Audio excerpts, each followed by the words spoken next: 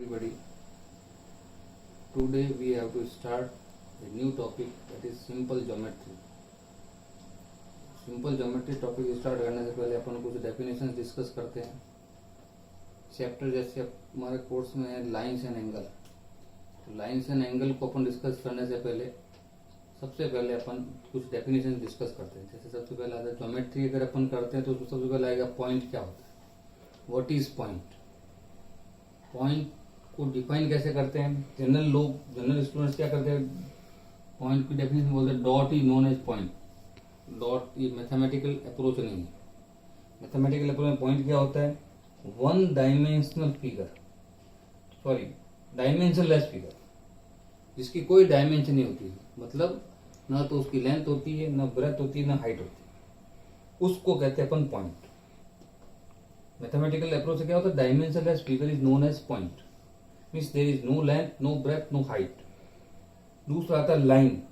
वो होता है वन डायमेंशनल फिगर, जिसकी एक ही डायमेंशन होती है. मतलब या तो लेंथ होती है, या ब्रेथ होती है, या हाइट होती है. तीसरा आता है surface, that is two dimensional figure which have either length breadth और ब्रेथ हाइट और हाइट लेंथ.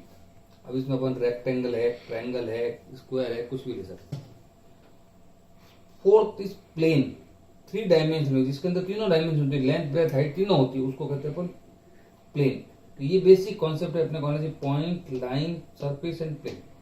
अब इसके बाद जो नेक्स्ट टॉपिक आता है वो आता है एंगल. एंगल क्या होता है, यहां से चैप्टर अपना स्टार्ट होता है, व्हाट इज एंगल. एंगल की सिंपल डेफिनेशन क्या होती है, छोटी क्लासों में तुम पढ़ा हुआ है. A figure obtain by intersection of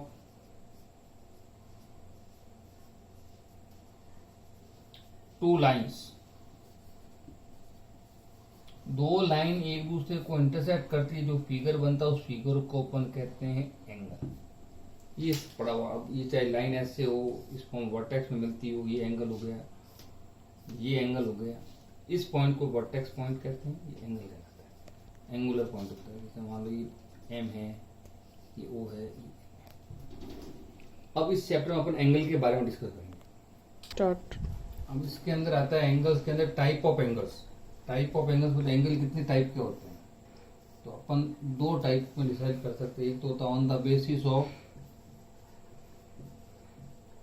basis of measurement, और दूसरा आता है on the basis of geometry. On the basis of geometry पहले अपन डिस्कस करेंगे on the basis of measurement. On the basis of measurement, measurement मतलब उसकी angle की value के बेस पर अपन एंगल को कितने टाइप डिवाइड करते हैं. अब इसके अंदर अपन सबसे पहले लेते हैं एक्यूट एंगल. जैसे अपन इसी को डिस्कस यहीं पे करते हैं. On the basis of measurement, measurement के बेस पे सबसे पहला आता है एक्यूट एंगल. अब एक्यूट एंगल का मतलब वह एंगल जो 90 डिग्री से कम होता है, लेस होता है. ये angle which is less than 90 degree, 90 degree से छोटा होता है. उसका शेप इस टाइप में होता है, इस टाइप. एंगल का जो मेजरमेंट होता है वो 90 डिग्री से कम होता है. ये A O B, M O N. Angle को लिखने का प्रोसेस भी क्या होता है, ए ओ बी, जो सेंटर में पॉइंट होता है उस पे एंगल का वर्टेक्स होता है. यहाँ पे जैसे मान लो एम एन एस है, तो इसको लिखेंगे एंगल एम एन एस. तो एक्यूट एंगल क्या हो गया, the angle which is less than 90 degree. दूसरा होता है राइट एंगल. राइट एंगल का मतलब क्या होता है, ये angle which is equal to 90 degree, which is equal to 90 degree. जो 90 डिग्री के इक्वल होता है उसको कहते हैं अपन राइट एंगल. ये इस टाइप का शेप होता है इसका, एंगल ए बी सी. फिर थर्ड आता ऑब्ट्यूज एंगल।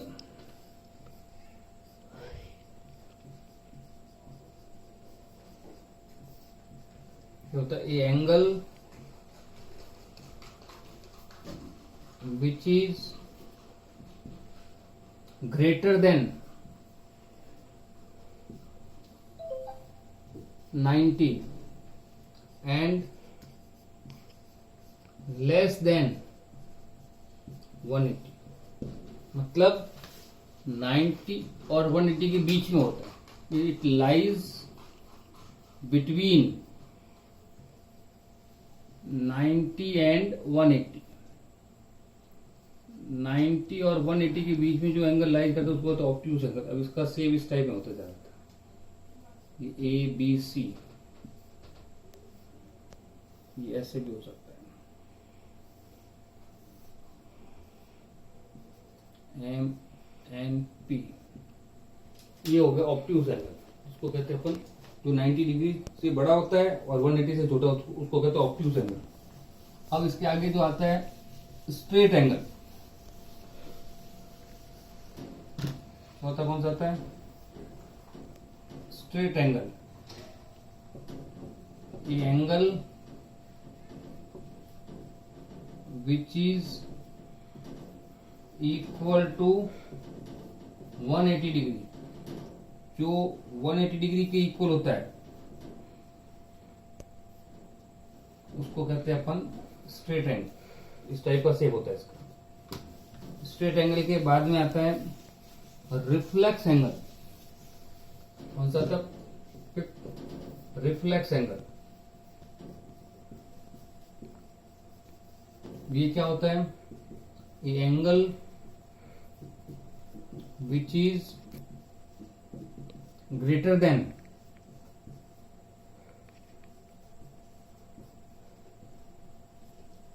180 से बड़ा एंड लेस देन 360 से छोटा। मतलब इट लाइज बिटवीन 180 एंड 360। तो इसको कैसे रिप्रेजेंट करते हैं? इस टाइप में आता है। ये ए ओ ये बी, ये जो एंगल ऊपर वाला दिख रहा है ये रिफ्लेक्स एंगल कहलाता है। एंगल ए ओ बी मतलब 180 से तो बड़ा होता है, 360 से छोटा होता है। मतलब जो angle greater than 180 less than 360 उसको कहते हैं रिफ्लेक्स एंगल। और लास्ट में जो आता है 6 वो आता है कंप्लीट एंगल। कंप्लीट एंगल ये होता है ये angle which is equal to 360 degree, जो 360 डिग्री के बराबर होता है उसको कहते हैं कंप्लीट एंगल। जो एक पॉइंट पे जो एंगल बनता है वो पूरा कहलाता है कंप्लीट एंगल।